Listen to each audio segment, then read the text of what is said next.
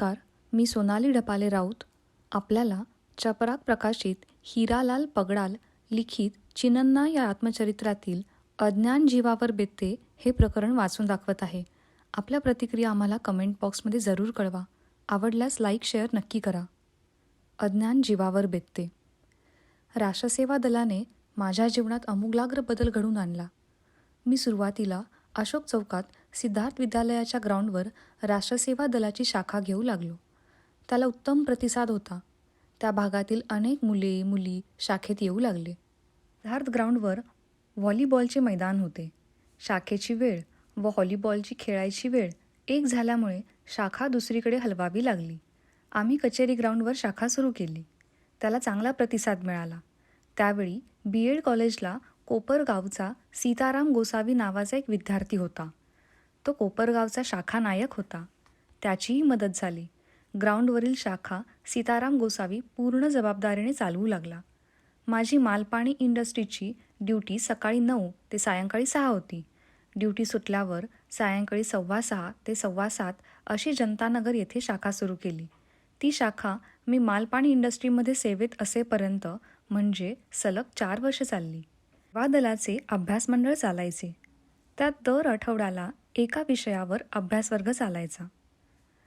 मा. रा. लामखडे, VM शेवाळे, रंगनाथ पठारे, दिलीप धर्म, रावसाहेब कसबे, AK वकील, GV रूपवते सर, LK परदेशी, जगदीश पिंगळे इत्यादी प्राध्यापकांमुळे या उपक्रमात सातत्य होते. या अभ्यास मंडळामुळे आमची वैचारिक बैठक पक्की झाली. सेवा दलामार्फत पाक्षिक व्याख्यानमाला सुरू झाली. दर 15 दिवसांनी एखाद्या नामवंत व्यक्तीचे व्याख्यान आयोजित केले जाई. आम्ही शहरात फलक लेखन करून आणि महाविद्यालयात नोटीस बोर्डवर नोटीस लावून प्रचार करायचो. या व्याख्यानमालेला एक सातत्य लाभले. सलग 3-4 वर्षे चालली. त्यामुळे माझा बहुश्रुतपणा वाढला. विविध पुस्तकांचे वाचन करण्याची जिज्ञासा वाढली. एखादी घटना घडल्यास त्याबद्दल निरनिराळ्या वृत्तपत्रात, मासिकात लेख छापून येत होते. त्याचे वाचन करून घटनेचा सखोल अभ्यास करण्याची वृत्ती निर्माण झाली. सेवा दलामुळे माझी दृष्टी व्यापक झाली. जात, धर्म, वंश, भाषा, प्रांत, लिंगभाव यावर आधारित विषमता नष्ट झाली पाहिजे याची मनोमन खात्री पटली. लोकशाही, धर्मनिरपेक्षता, राष्ट्रवाद, विज्ञाननिष्ठा, समाजवाद ही तत्त्वे अधिक तपशिलाने समजली. या तत्वांचा स्वतःच्या वैयक्तिक जीवनात प्रभाव निर्माण झाला. Mahatma Gandhi, doctor Ambedkar, Mahatma Phule, Chhatrapati Shahu, Karl Marx, doctor Lohia, Narhar Kurundkar इत्यादींचे विचार जाणून घेण्याचा प्रयत्न केला. विशेषतः महात्मा गांधी यांचे नैतिक अधिष्ठान, सत्य, अहिंसा, श्रमप्रतिष्ठा, साधन सूचिता या विचारांचे महत्त्व पटले. सेवा दलाची शिबिरे, सेवा दलाची गाणी, सेवा दलाच्या मिटिंगा याने मी भारावून गेलो होतो. SM जोशी, ना. ग. गोरे, बाबा आढाव, भाई वैद्य, मृणालताई गोरे, डॉक्टर कुमार सप्तर्षी, डॉक्टर बापू काळदाते, शामराव पटवर्धन, परीट गुरुजी, किशोर पवार, डॉक्टर नरेंद्र दाभोळकर, डॉक्टर अनिल अवचट, लक्ष्मण माने इत्यादींचा सहवास लाभला. गाकडे बघण्याची दृष्टी अधिक व्यापक झाली. माझी मालपाणी इंडस्ट्रीमधील नोकरी ही देखील मला खूप काही समृद्ध करून गेली. तेथे मी अनेक गोष्टी शिकलो. व्यवस्थापनशास्त्राचे धडे तेथेच गिरवले. माणसे वाचण्याचेही तेथेच शिकलो. कामगार, सहकारी, मालक, व्हिजिटर्स, सरकारी अधिकारी यांच्याशी कसे वागावे, कसे बोलावे हेही तिथेच शिकलो. कठीणात कठीण प्रसंग असला तरी विचलित न होता त्या प्रसंगाला शांतपणे कसे सामोरे जावे हे सुद्धा मी तेथे शिकलो. मी कामगार चळवळीतील कार्यकर्ता आहे हे माहिती असूनही मालकांनी माझ्यावर कधीही अविश्वास दाखवला नाही.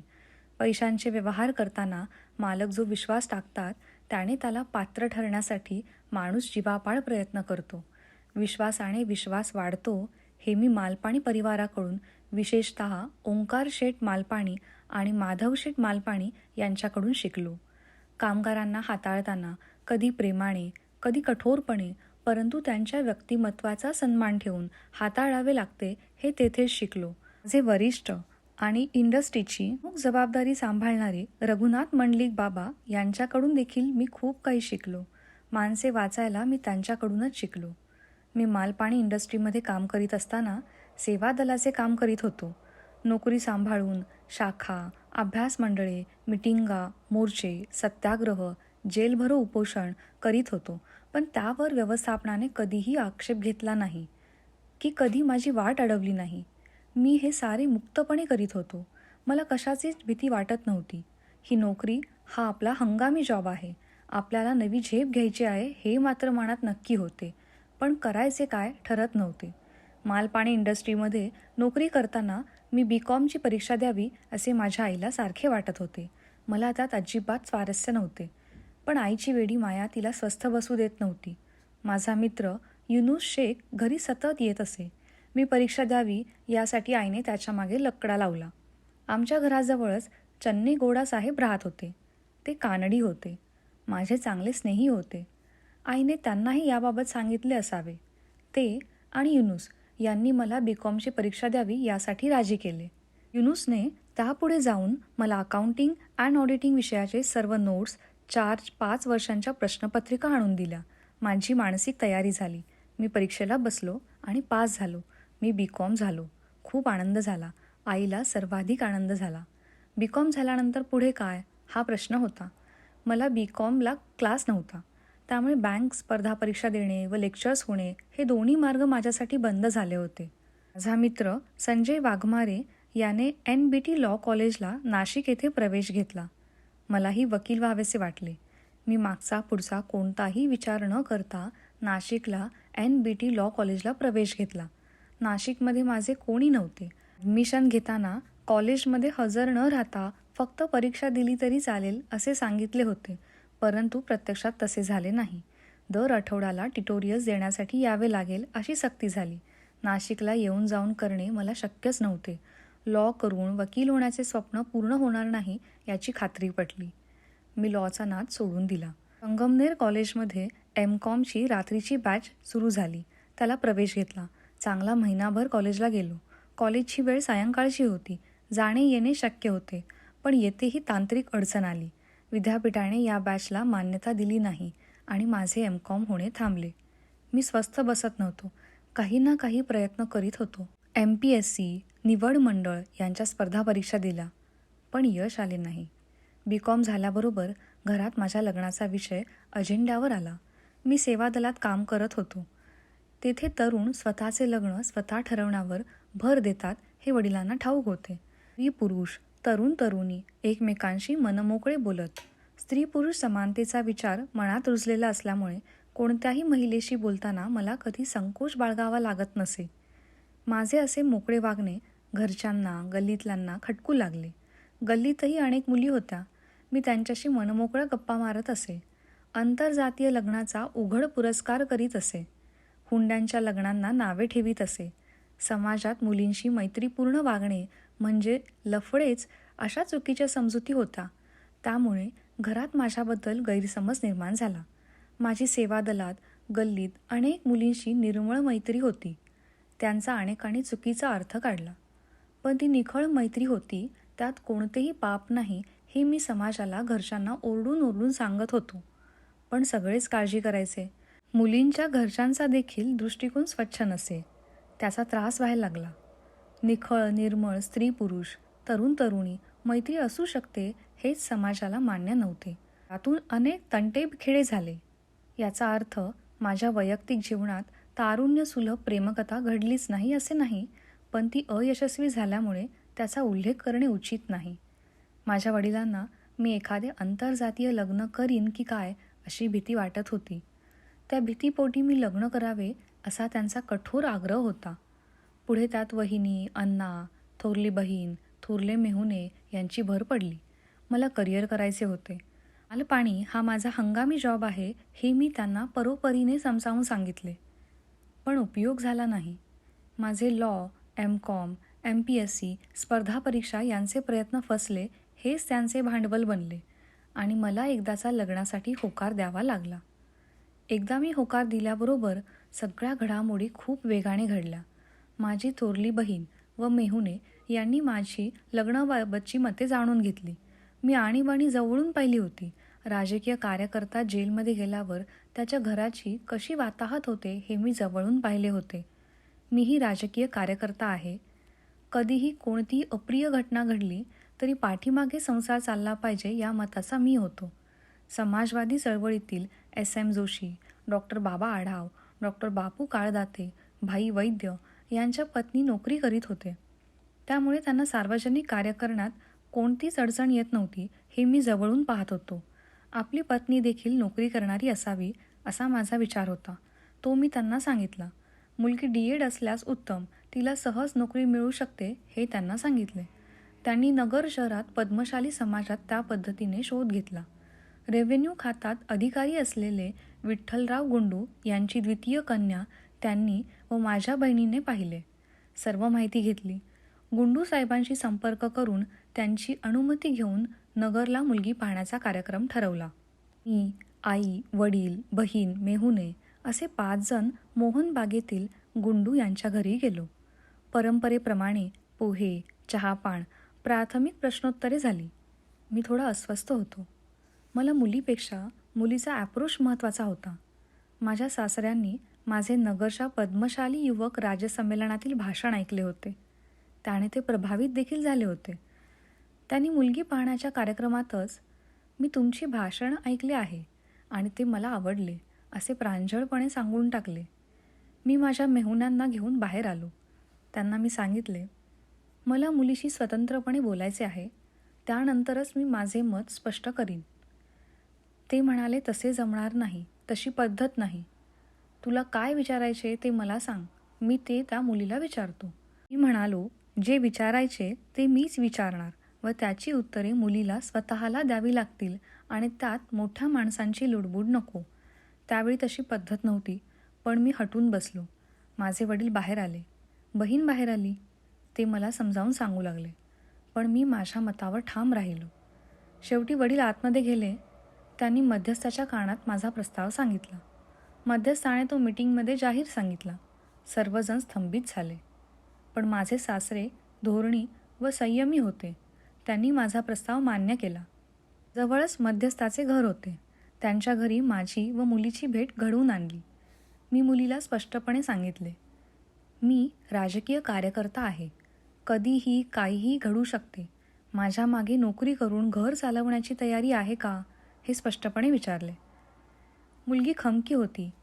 तिनेही मला काही प्रश्न विचारले आणि तिची खात्री पटताच ती म्हणाली, ठीक आहे, तशीच वेळ आली तर मी निभावून नेईल, पण मला नोकरी करण्याची परवानगी हवी. मला माझ्या मनासारखे स्थळ मिळाले. माझ्या सर्व शंकांचे निरसन झाले. मी स्पष्टपणे सांगितले, मला देवाणघेवाणीत रस नाही. माझा होकार आहे. माझ्या होकारानंतर पुन्हा बैठक बसली. बैठकीत गुरूंना बोलावले. त्यांनी पंचांग पाहिले. गुण जुळत नाहीत असे सांगितले. आमच्या वडिलांना पंचांगाचे सखोल ज्ञान होते. ते म्हणाले, नावे जुळत नसतील तर नावे बदलून जुळवा. नावे बदलून गुरूंनी पंचांग जुळवले. मुलीचे नाव बदलण्याचा प्रस्ताव ठेवला. मी बैठकीत स्पष्ट केले, मला मुलगी पसंत आहे. माझा पंचांगावर विश्वास नाही. मी काही मुलीचे नाव बदलणार नाही. माझ्या मताकडे दुर्लक्ष करीत माझे लग्न ठरले. माझे लग्न ठरले त्यापूर्वीच चंदूचे गावातल्या गावात लग्न ठरले. माझा दुसरा एक मित्र नारायण मुशम, जो आमच्या घराजवळच राहत होता, त्याचेही लग्न ठरलेले. आम्हा 3ही मित्रांचे लग्न 10-15 दिवसांच्या अंतराने एका महिन्यात झाली. 23 मेला चंदूचे लग्न संगमनेरला झाले. 2 जून 1979ला माझे लग्न अहमदनगरला झाले. नारायण मुशमचे लग्न 18 जूनला सिरसुल्ला येथे झाले. माझ्या लग्नात दोन्ही बाजूंनी अडचणी आल्या. आमच्या लग्नापूर्वी 2 आठवडे माझ्या सासूबाईंचे अचानकपणे पोटाचे ऑपरेशन करावे लागले.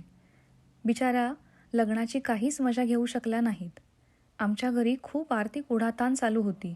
लग्नासाठी पैसा उपलब्ध झाला नाही. मला स्वतःला लग्नात बडेजाव मौज मजा करायची नव्हती.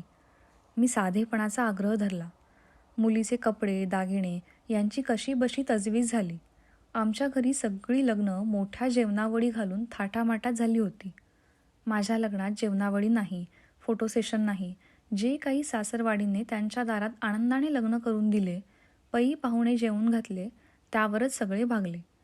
माझी पत्नी मीनाक्षी धीराची होती. तिच्या घरी सर्व मध्यमवर्गीय सुखसोयी पाणी भरत होत्या, पण आमच्याकडे त्याचा मागमूस नव्हता. घरी स्वतंत्र संडास नव्हता. त्यासाठी सार्वजनिक संडासला जावे लागे. धुणे धुण्यासाठी डोक्यावर धुणे घेऊन नदीवर जावे लागे.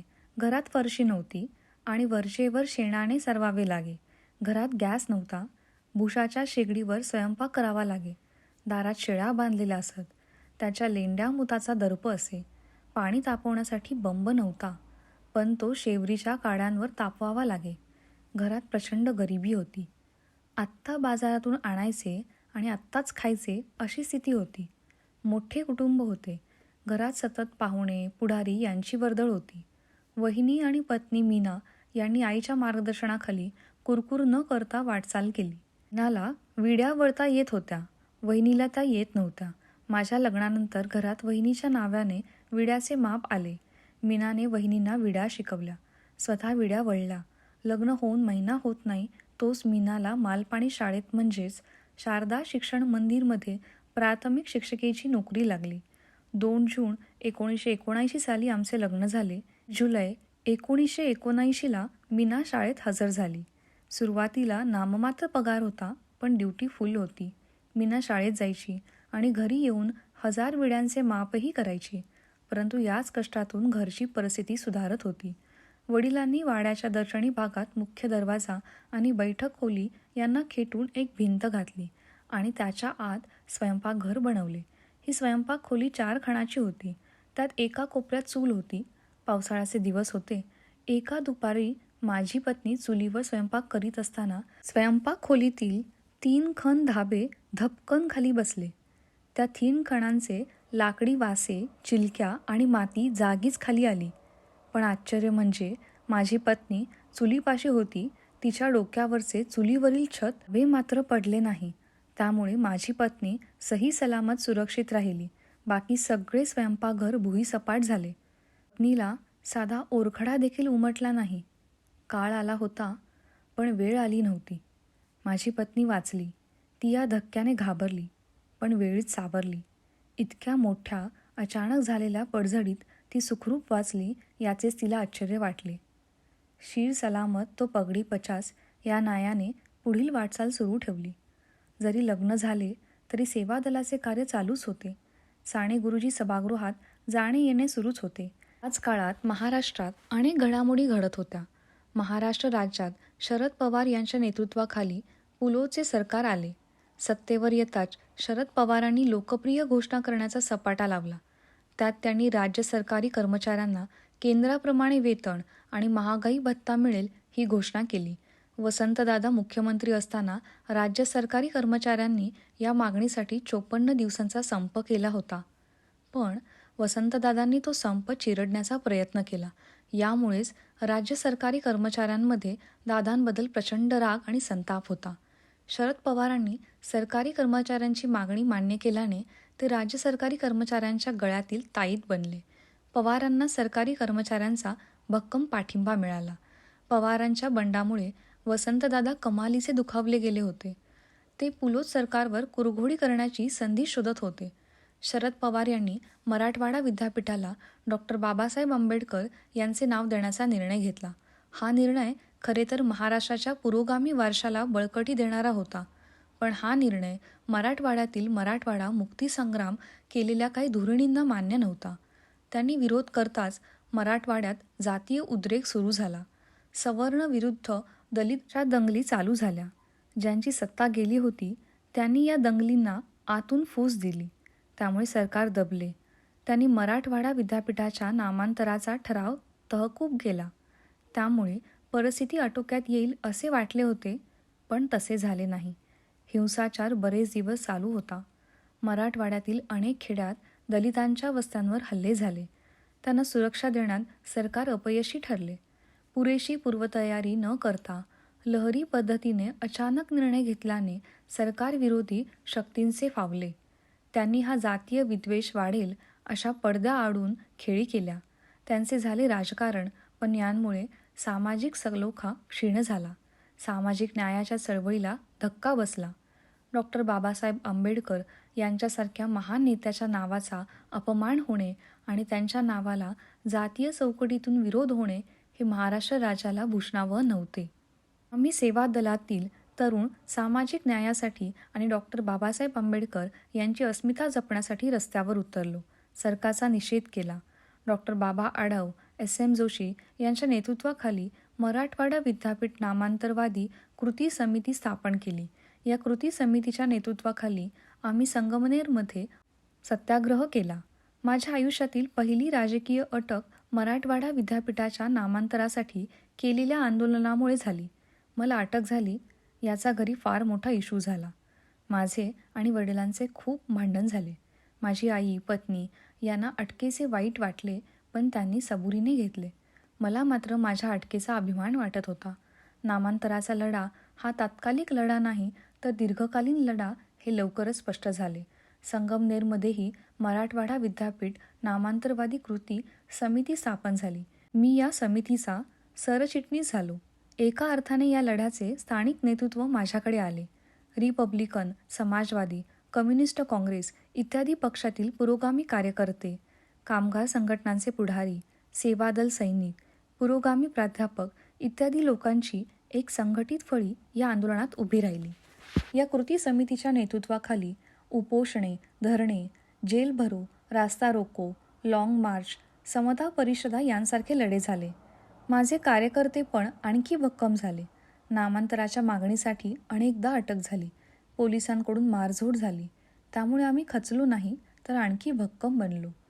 1980च्या विधानसभा निवडणुकीनंतर सत्तेवर आलेले मुख्यमंत्री बॅरिस्टर A.R. अंतुले यांनी मराठवाडा विद्यापीठ नामांतर प्रश्नावर मौन बाळगले होते. त्यामुळे आम्ही नामांतरवादी तरुण अस्वस्थ होतो. अंतुले मंत्रिमंडळातील 2 मंत्री B.J. खताळ पाटील आणि ना. ताराबाई वर्तक संगमनेर गेस्ट हाऊसमध्ये आलेले आहेत असे आम्हाला समजले. मराठवाडा विद्यापीठ नामांतरवादी कृती समितीचे मी 20-25 कार्यकर्ते गेस्ट हाऊसच्या बाहेर जमलो. मंत्र्यांच्या बाहेर येणाऱ्या गाड्या आम्ही गेटमध्येच अडवल्या आणि डॉक्टर बाबासाहेब आंबेडकर यांचे नाव मराठवाडा विद्यापीठाला दिलेच पाहिजे अशा जोरजोरात घोषणा दिल्या. आमची ही कृती अचानक आणि पोलिसांना ताकाला तूर लागू न देता झाली होती. त्याने मंत्री, त्यांचे समर्थक आणि पोलीस गोंधळले. परिस्थितीवर नियंत्रण मिळवायला पोलिसांना थोडा वेळ लागला, पण त्यांनी लवकरच पोलिसी खाक्या दाखवायला सुरुवात केली. सर्वात अगोदर माझे बखोट पकडून पोलिसांनी मला त्यांच्या जीपपर्यंत ओढत नेले आणि जीपमध्ये ढकलून दिले आणि पोलीस स्टेशनला आणले.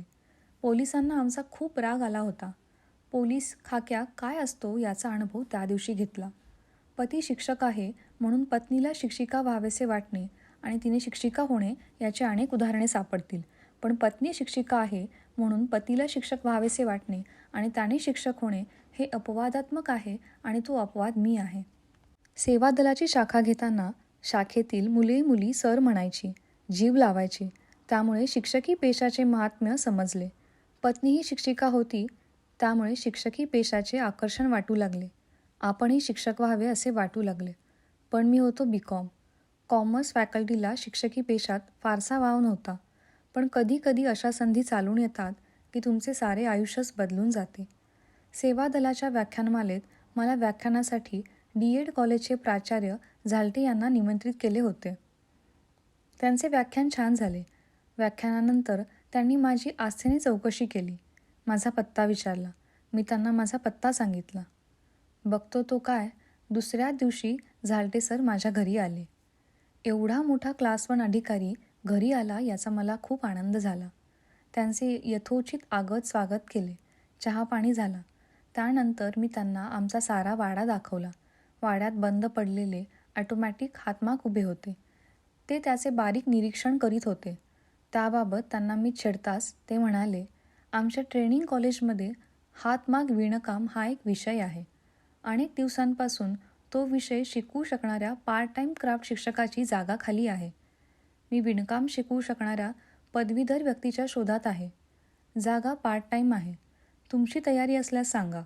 सरकारी नोकरीत संचू प्रवेशाची संधी असल्यामुळे मी लगेच होकार दिला.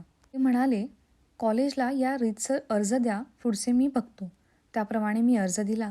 झाल्टे सरांनी डेप्युटी डायरेक्टर यांच्याशी संपर्क करून कॉलेजचा क्लार्क पुण्याला पाठवला आणि माझी ऑर्डर बाय हँड आणली.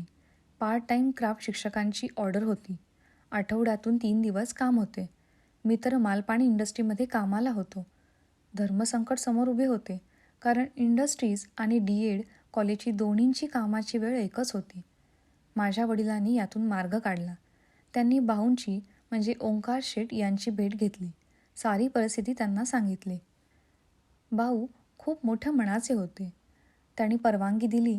जे 3 दिवस मी डी.एड. कॉलेजला जाणार, त्या 3 दिवसाची ड्युटीची वेळ माझ्या सोयीप्रमाणे सकाळी 9 ते 12 आणि सायंकाळी 6 ते 10 अशी दिली आणि मी डी.एड. कॉलेजला अर्धवेळ कार्यानुभव शिक्षक म्हणून रुजू झालो. या अर्धवेळ शिक्षकाच्या नोकरीमुळे दरमहा उत्पन्न वाढले. 9 मार्च 1981 रोजी आम्हाला कन्यारत्न झाले. तिचे नाव पल्लवी ठेवले. मला मुलगा मुलगी फरक मान्य नव्हता. खूप आनंद झाला. मी सगळ्या मित्रांना, माझ्या दोन्ही स्टाफला, कामगारांना व विद्यार्थ्यांना पेढे वाटून आनंद साजरा केला. सगळ्या नातेवाईकांना घरी जाऊन पेढे दिले. मी अंधश्रद्धाळू नाही. माझा पायगुण वगैरेवर विश्वास नाही, पण आमच्या घरातील सगळेच असे मानतात. पल्लवीचा पायगुण चांगला आहे. तिचा जन्म झाला आणि आमचे दारिद्र्य संपले. बरे दिवस सुरू झाले. घरात मी, मीना, अण्णा असे तिघे नोकरी करत होतो. पांडू देखील कापड दुकानात नोकरी करत होता. मीना आणि वहिनी मिळून विड्या बांधत होत्या. घरातील सर्व आर्थिक व्यवहार वडील पाहत होते. आमच्या सर्वांचे पगाराचे सर्व पैसे वडील ताब्यात घेत. आम्हाला वैयक्तिक खर्चासाठी लागणारे पैसे त्यांच्याकडूनच मागून घ्यावे लागत. सर्व घर ते चालवायचे. मला पूर्ण वेळ शिक्षक होण्यासाठी बी.एड. करणे आवश्यक होते. मी बी.एड.ला रीतसर अर्ज केला. बी.कॉम असल्यामुळे नंबर लागण्याची शक्यता नव्हती. एक दिवस कॉलेजमधील एका कार्यक्रमाला बी.एड. कॉलेजचे प्राचार्य चितळे सरांना प्रमुख पाहुणे म्हणून बोलावले होते. ते नुकतेच मोठ्या जीवघेण्या दुखण्यातून उठले होते. त्यानंतर ते प्रथमच एखाद्या कार्यक्रमासाठी बाहेर पडणार होते. त्यांच्या नेण्या आणण्याची जबाबदारी माझ्यावर होती. मी त्यांना त्यांच्या प्रज्ञा सोसायटीतून रिक्षाने डी.एड. कॉलेजवर आणले आणि कार्यक्रम संपल्यावर रिक्षाने पुन्हा त्यांच्या घरी पोच केलं. रिक्षात बसल्या बसल्या चितळे सरांनी माझी चौकशी केली. माझी इंडस्ट्रीची नोकरी, डी.एड.ची पार्ट टाईम नोकरी, माझे सेवादलाचे काम याबाबत चर्चा झाली. ते मला बऱ्यापैकी ओळखत होते. माझे सेवादल शाखेच्या कामाबद्दल त्यांना माहिती होती. मी बी.एड. का करत नाही अशी त्यांनी विचारणा केली. मी त्यांना माझी सर्व परिस्थिती अवगत केली. मी बी.एड.साठी अर्ज केला आहे, परंतु बी.कॉम असल्यामुळे बी.एड.च्या प्रवेशासाठी फार प्रयत्न केले नाहीत असेही त्यांना सांगितले.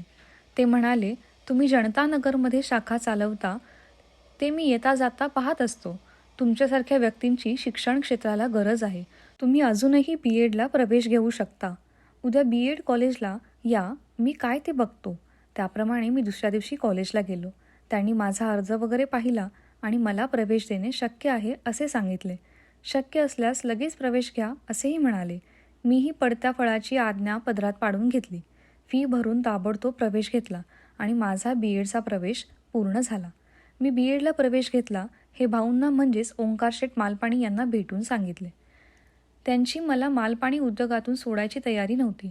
त्यांनी मला बी.एड. शिक्षकाला मिळतो त्यापेक्षा 25 रुपये जादा पगार आमच्याकडे मिळेल, पण आमच्याकडेच कायम राहा असे सुचवले. मी विचार करत होतो असे सांगून कशीबशी सुटका करून घेतली. त्यामुळे 2 महिने कॉलेज सुरू होईपर्यंत सवलत मिळाली होती. कॉलेज सुरू होताच मी रीतसर राजीनामा दिला. भाऊंनी जड अंतकरणाने तो मंजूर केला. परंतु 17 जून 1981 रोजी दिवंगत दामोदर शेठ मालपाणी यांच्या स्मृतिदिन समारंभात माझा सेवा गौरव करून सत्कार करण्यात आला आणि मला सन्मानाने सेवामुक्त करण्यात आले. या कार्यक्रमात भाऊंनी माझ्याबद्दल गौरवोद्गार काढले. मालपाणी उद्योग समूह सोडल्यानंतर देखील आजही माझे मालपाणी परिवाराशी ऋणानुबंध कायम आहेत. मालपाणी इंडस्ट्रीची नोकरी सोडून मी बी.एड.ला प्रवेश घेतला. पण अर्थार्जनाचे काय? हा प्रश्न गंभीरपणे उभा होता. याबाबतीत समोर एकदम अंधार होता. पण हातपाय हलवणे तर भागच होते. असं म्हणतात, एक दरवाजा बंद झाला की दुसरा आपोआप उघडतो. मी बी.एड.ला प्रवेश घेतला हे माझे मार्गदर्शक जी.व्ही. रूपवते सर यांना समजले. त्यांना माझी अडचण समजली असावी. जी.व्ही. रूपवते सर माझ्या मागे आयुष्यभर भक्कमपणे उभे राहिले. यावेळी त्यांनी सांगितले, आमच्या नाईट स्कूलला क्लर्कची जागा खाली होणार आहे. बघूया काही जमते का? तुम्ही नाईट स्कूलचे मुख्याध्यापक एम.डी. सोनावणे सरांना भेटा. एम.डी. सोनावणे सर आणि माझी चांगली ओळख होती. जुलै 1980 मध्ये त्यांना नाईट स्कूलसाठी विद्यार्थी प्रवेश हवे असताना आमच्या मालपाणी उद्योग समूहातील बरेच विद्यार्थी मी त्यांच्याकडे पाठवले होते. त्यांना भेटलो. त्यांनी मला सांगितले, नाईटला काम होईल पण जागा खाली झाल्यावर. काम होण्याची आशा होती. नाईटचे तत्कालीन क्लर्कने BEd केले होते. त्यांचे शिक्षकाच्या पूर्णवेळ नोकरीसाठी प्रयत्न चालू होते. त्यांना दुसरी नोकरी मिळाल्यावरच ती जागा खाली होणार होती.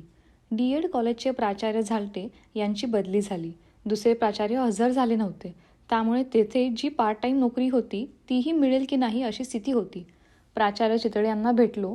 त्यांनी मला BEd कॉलेजला राष्ट्रीय प्रौढ शिक्षण कार्यक्रम समन्वयचे काम देऊ केले.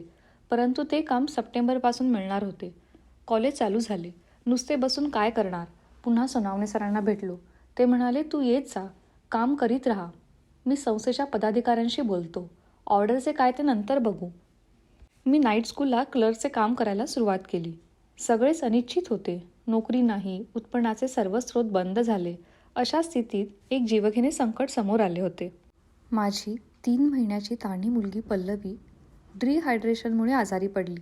तिला डायरिया झाला. सारखे उलट्या जुलाब होत होत्या. तिला दवाखान्यात ॲडमिट केले. 3 दिवस उपचार करूनही फरक पडेना. पल्लवी हळूहळू निस्तेज होऊ लागली. तिची सर्व कातडी कोरडी पडली. डॉक्टर घाबरले. त्यांनी सांगितले, पेशंटची कंडिशन गंभीर आहे, तुम्ही नाशिकला घेऊन जा. त्यावेळेस संगमनेर शहरात कोणीही बालरोग तज्ज्ञ नव्हता. मी हे घरी सांगितले तर घरी वेगळेच नाटक चालू होते. माझे वडील दारू पिऊन फुल टाईट झाले होते. त्या दारूच्या धुंदीतच त्यांनी एक मांत्रिक धरून आणला. मांत्रिकाने त्याचे उपचार सुरू केले. ते पल्लवीला कोठेही हलवू देईनात. पल्लवीला काहीच होणार नाही, तिला बाहेरची बाधा झाली आहे. मांत्रिकाच्या मंत्राने, अंगारा धुपारानेच ती बरी होणार आहे असे त्यांचे ठाम मत होते. वडील कोणाचेच ऐकेनात. पेशंटला तर नाशिकला हलवणे भाग होते. उशीर झाला तर परिस्थिती हाताबाहेर जाणार होती. वडिलांचे खरे दुखणे पैशांचे असावे, त्यांच्याकडे पैसे नव्हते आणि उपचारासाठी परगावी नेण्याचा खर्च परवडणार नाही म्हणून ते मांत्रिकाचा आधार घेत असावेत. माझ्यापाशी तर नया पैसा नव्हता, नोकरी नव्हती, त्यामुळे माझी बाजारातील पत शून्य होती. माझी पत्नी मीना ही देखील वडिलांच्या पुढे गलितगात्र झाली. ती काही प्रतिसाद देईना.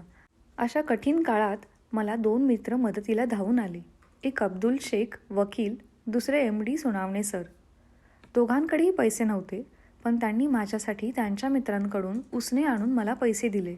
माझा मित्रपरिवार जमा झाला. सेवा दलातील आम्ही तरुण मंत्र तंत्र यावर विश्वास ठेवणारे नव्हतो. उलट संधी मिळताच मांत्रिकाचे बिंग फोडत होतो. परिस्थिती तणावपूर्ण होती. आम्ही मित्रांनी पल्लवीला नाशिकला नेण्यासाठी ॲम्ब्युलन्स आणली. वडील काही पल्लवीला हलवायला तयार होईनात. ते आम्हाला पल्लवीला हातच लावू देत नव्हते. त्यांचे वर्तन माझ्या मित्रांना सहन झाले नाही. युनुस शेख या मित्राने रुद्रावतार धारण केला. वडिलांना न जुमानता पल्लवीला घेऊन आम्ही ॲम्ब्युलन्समध्ये बसलो. मीना, माझी आई, माझे मित्र युनुस, शशी यांसह आम्ही नाशिकला गेलो. त्या दिवशी वडिलांविरुद्ध जे बंड केले ते निर्णायक ठरले. नाशिकला बालरोगतज्ञ डॉक्टर सुमंत नाईक यांच्या हॉस्पिटलला पल्लवीला ॲडमिट केले. डॉक्टरांनी 24 तास निरीक्षणाखाली ठेवले. सलाईन, एक्सरे, स्क्रीनिंग, औषधे, इंजेक्शन इत्यादी पद्धतीने उपचार केले. डॉक्टर रात्रभर पेशंट शेजारी उभे होते. दुसऱ्या दिवशी नाशिकमधील सेवा दलातील मित्र मदतीला धावून आले. नाशिकला 4-5 दिवस थांबावे लागले. 4थ्या दिवशी वडील आले. परस्पर डॉक्टरांना भेटायला गेले. डॉक्टर त्यांना खूप बोलले असावेत. पल्लवीला भेटून वडील पुन्हा संगमनेरला गेले.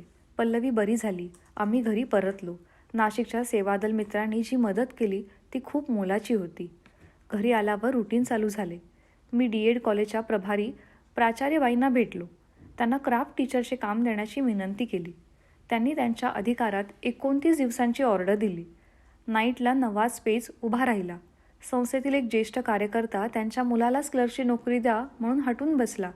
आमच्या बहुजन शिक्षण संघात कार्यकर्त्यांना प्रथम संधी असे, त्यामुळे हा पेच निर्माण झाला. मी तर क्लार्कचे काम करत होतो. या पेचातून GV Rupwate sir, MD Sonawane sir, BR Kadam sir यांनी आपापसात विचारविनिमय करून मार्ग काढला. नाईट स्कूलला अकाउंटन्सी अँड ऑडिटिंग हा विषय कार्यानुभव म्हणून होता. मी BCom होतो, त्यामुळे तो विषय शिकवण्यासाठी मला नाईट हायस्कूललाच शिक्षकाची नोकरी देण्यात आली. कार्यकर्त्याच्या मुलाला क्लर्कची नेमणूक देण्यात आली. परंतु नवीन क्लर्कला मी मदत करावी असे ठरले आणि पेच सुटला. मी सकाळी BEd कॉलेजला जायचो, दुपारी DEd कॉलेजला जायचो. तेथे 2 लेक्चरची बदली झाली होती. त्या जागी नवीन लेक्चरर काही आले नव्हते. ते येईपर्यंत शैक्षणिक मानसशास्त्र आणि शाळा व्यवस्थापन हे 2 विषय मी शिकवावेत असा प्रभारी प्राचार्य मॅडमनी आदेश दिला. शिवाय विणकाम देखील शिकवावे लागेल. ऑर्डर पार्ट टाईम आणि काम फुल टाईम अशी स्थिती होती. परंतु त्याचा मला फायदा झाला. हेच विषय BEdलाही होते. हे विषय शिकवता शिकवता माझी BEdची देखील तयारी झाली. ते वर्ष खूप व्यग्र गेले. सकाळी BEd, दुपारी DEd, संध्याकाळी नाईट असे सकाळी 7 ते रात्री 10 पर्यंत मी व्यस्त होतो. पण हाच काळ जसा कष्टदायी होता तसाच तो मला नवीन आकार देणारा देखील होता. सिद्धार्थ नाईट हायस्कूलच्या 1 वर्षाच्या नोकरीमध्ये मला शिक्षण विषयक अनेक उपक्रम राबवता आले. विशेष म्हणजे या काळात SM जोशी, नरेंद्र दाभोळकर, लक्ष्मण माने, अनिल अवचट यांनी माझ्या माध्यमातून शाळेला भेट दिली. मी जरी शिक्षक म्हणून काम करीत होतो तरीही कार्यालयीन कामकाज मलाच पाहावे लागत होते. नवीन क्लर्क अनुभवी होते. आमच्या नाईट स्कूलला वेतनेतर अनुदान 10 वर्षापासून मिळणे बंद झाले होते. त्याचे कारण शोधले असता 10 वर्षाचे शासकीय अकाउंट इन्स्पेक्शन झालेले नव्हते. ते करून घेणे आवश्यक होते. त्यासाठी 10 वर्षाची सर्व हिशेबपत्रके, ऑडिट रिपोर्ट, मान्यता आदेश, कीर्द, खतावणी, बिले यांची गरज होती. यातील काही कागदपत्रे मिसप्लेस झाली होती. काही संस्थेच्या कार्यालयात होती. मी आणि सोनावणे सर यांनी 3 दिवस नगरला जाऊन संस्था कार्यालयातील एका गोडाऊन वजा खोलीतील धुळीने माखलेली रेकॉर्डची अनेक पोती चाळली. सर्व जुनी कागदपत्रे चाळून त्यातून शाळेचे मान्यतापत्र आणि इतर आवश्यक ती कागदपत्रे मिळवली. हे काम करताना आमचा अवतार स्वच्छता कर्मचाऱ्यालाही लाजवेल असा झाला होता. काही कागदपत्रे शाळेच्या दप्तरात शोधून मिळवली. 10 वर्षांचे स्टेटमेंट तयार केले. 10 वर्षांचे अकाउंट इन्स्पेक्शन करून घेतले आणि वेतनेतर अनुदान 10 वर्षाच्या फरकासह मिळवले. हे आमच्या हातून झालेले महत्त्वाचे कार्य नक्कीच आहे. माझे BEd 1982 पूर्ण झाले. मी प्रथम श्रेणीत उत्तीर्ण झालो. BEd झाल्यावर दादासाहेब रुपवते, प्रेमानंद रुपवते यांनी मला त्वरित बहुजन शिक्षण संघात पूर्णवेळ शिक्षक पदावर काम करण्याची संधी दिली. मी सिद्धार्थ विद्यालय संगमनेर येथे 1 जुलै 1982ला रुजू झालो आणि तेथेच माझी नोकरी पूर्ण झाली. शिक्षकाची नोकरी आर्थिक स्थैर्याबरोबरच सामाजिक प्रतिष्ठा देत होती. मी शिक्षकी पेशात रमत होतो. सेवा दलातील अभ्यास मंडळामुळे माझे अवांतर वाचन भरपूर होते.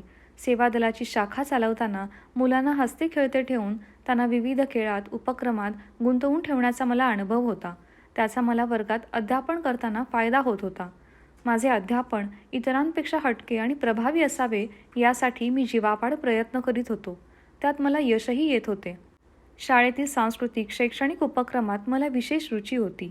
नोकरीच्या पहिल्याच वर्षी मी 28 नोव्हेंबर महात्मा फुले स्मृतिदिन ते 6 डिसेंबर डॉक्टर बाबासाहेब आंबेडकर महापरिनिर्वाण दिन अशी व्याख्यानमाला आयोजित करण्याचा प्रस्ताव मुख्याध्यापक कदम सरांपुढे मांडला.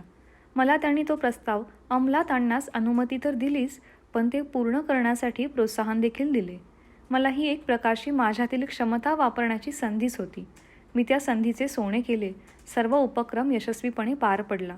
आर्थिक स्थैर्य लाभल्यामुळे माझा धाकटा भाऊ श्रीनिवास यास कराडला शासकीय D-फार्मसी कोर्ससाठी पाठवणे शक्य झाले. याच दरम्यान सौ मीनाच्या सर्व्हिसची गाडी 100% सुरळीत झाली. तिला 100% पगार मिळू लागला. सारे काही ठीकठाक चालू असतानाच मीनाला दुसऱ्यांदा दिवस गेले. या गरोदरपणाच्या काळात ती डॉक्टर कोटकर यांच्याकडे उपचार घेत होती.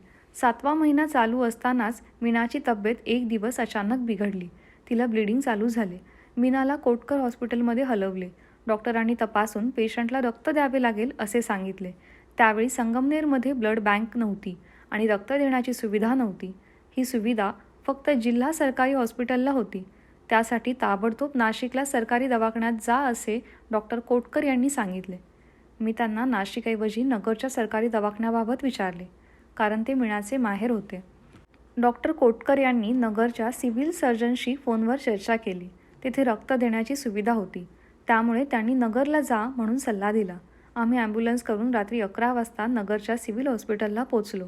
तेथे आमचे सासरे अगोदरच हजर होते. सर्व व्यवस्था झाली.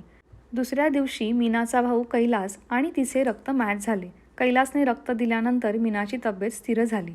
तिथे ती 5-6 दिवस ॲडमिट होती. डिस्चार्ज देताना डॉक्टरांनी बेड रेस्ट सक्तीची केली. त्यामुळे मीनाला डिलिव्हरी होईपर्यंत पुढील 2-3 महिने नगरलाच माहेरी ठेवावे लागले. मी वरच्यावर नगरला चक्कर मारत असे. मीनाला माहेर मानवले. तिची तब्येत ठणठणीत झाली.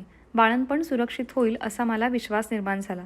15 जून 1983 रोजी अहमदनगर येथील सिव्हिल हॉस्पिटलमध्ये मीना बाळंतीण झाली. बाळंतपण नॉर्मल झाले, मुलगा झाला. आमच्या सासऱ्यांनी ताबडतोब पोस्टात जाऊन तार केली. सदर तार मला काही लवकर मिळाली नाही. संगमनेरहून आम्ही कोणीही नगरला न आल्याने सासरी काळजी निर्माण झाली. त्यावेळी ना मोबाईल ना फोन, कम्युनिकेशन झाले नव्हते. 2 दिवसांनी माझा एक मित्र शाळेत आला. मी स्टाफ रूममध्ये होतो. मला तो पेढे मागू लागला. मला काहीच कळेना. मी काल नगरमध्ये होतो. तुम्हाला मुलगा झाला. तुमच्या सासऱ्यांनी तारेने तुम्हाला कळवलेले आहे असे त्याने सांगितले. मला तर तार मिळाली नव्हती. मी तसाच पोस्टात गेलो. त्यावेळी शाळा अशोक चौकात होती आणि पोस्ट ऑफिस शाळेजवळच नवघर गल्लीत होते. पोस्टात तारेची चौकशी केली. ती अद्याप आली नव्हती. मी थोडा वेळ थांबलो तर माझ्या समोरूनच ती तार आली. खूप आनंद झाला. रजा टाकून तसाच घरी गेलो. आईला घेऊन नगरला गेलो. नॉर्मल डिलिव्हरीमुळे मीनाला 2 दिवसात हॉस्पिटलमधून डिस्चार्ज मिळाला. आम्ही नगरला गेलो तेव्हा ती घरी आली होती. लवकरच मीनाला बाळासह संगमनेरला आणले. बाळाचे नामकरण पंकज करण्यात आले. मीना मालपाणी शाळेत लवकरच रुजू झाली. दोन्ही वेळेला तिला तान्हे बाळ घरी ठेवून शाळेत जावे लागले. आमचे एकत्र कुटुंब होते. घरात आई, वहिनी होत्या. त्यामुळे मुलांची फार काळजी नव्हती.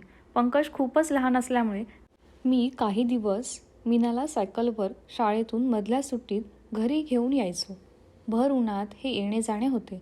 पण बाळाला पाजण्यासाठी मीना हे दिव्य बिनबोभाट पार पाडत होती. हेच आमचे परीक्षा घेणारे दिवस होते. त्यातून सही सलामत बाहेर पडलो. 2 जून आमच्या लग्नाचा वाढदिवस. आम्ही तो नियमितपणे साजरा करीत आलो आहोत. सुरुवातीचे काही वर्षे आम्ही त्या निमित्ताने गृहोपयोगी मोठी वस्तू खरेदी करत असू. काय वस्तू खरेदी करायची हे आम्ही नवरा बायको एकमेकात विचारविनिमय करून ठरवायचो. पण ते गुपित ठेवीत असू आणि त्या दिवशी अचानकपणे ती वस्तू घरात आणून आमच्या एकत्र कुटुंबाला सुखद आश्चर्याचा धक्का देत असू. एका वर्षी आम्ही 11 लिटरचा प्रेशर कुकर खरेदी केला. त्यावेळी मोठा प्रेशर कुकर आणल्यामुळे स्वयंपाक करायला चांगलीच मदत झाली. ती घरात एकदम गरजेची वस्तू बनली. 5-6 महिन्यांनी कुकरचा बॉल उडाला. कुकरचा बॉल का उडतो याची कोणालाच माहिती नव्हती. आमच्या वडिलांनी या उडालेल्या बॉलच्या छिद्रात कुणाकडून तरी जस्ताचा खिळा मारून घेतला आणि घरच्या घरी कुकर चालू झाला. असे करणे खूप धोकेदायक आहे याची कल्पनाच नव्हती. पण त्यामुळे काही दिवसातच एक मोठे जीवावरचे संकट ओढवले गेले. खिळा ठोकल्यानंतर साधारणपणे महिनाभराच्या आत माझी पत्नी स्वयंपाकघरात कुकर लावून इतर स्वयंपाक करतानाच कुकरचा मोठा स्फोट झाला. कुकरचे झाकण उडून थेट आढाला धडकले. कुकरमधून अचानक बाहेर पडलेली गरम वाफ माझ्या पत्नीच्या चेहऱ्याच्या एका बाजूला लागली. संकट खूपच गंभीर होते. जीवावरचे संकट चेहऱ्यावर निभावले. तिचा एका बाजूचा चेहरा लालेलाल झाला. सुदैवाने स्वयंपाकघरात मीना आणि माझी एक पुतणी वगळता इतर कोणी नव्हते. पुतणी देखील किरकोळ जखमी झाली. अज्ञान किती धोकेदायक असते याची प्रचिती आली. या घटनेने आम्हा सगळ्यांना शहाणपण आले. कोणतीही नवीन वस्तू वापरताना त्याची सर्व शास्त्रीय माहिती जाणून घेणे किती आवश्यक आहे याची अख्ख्या कुटुंबाला जाणीव झाली.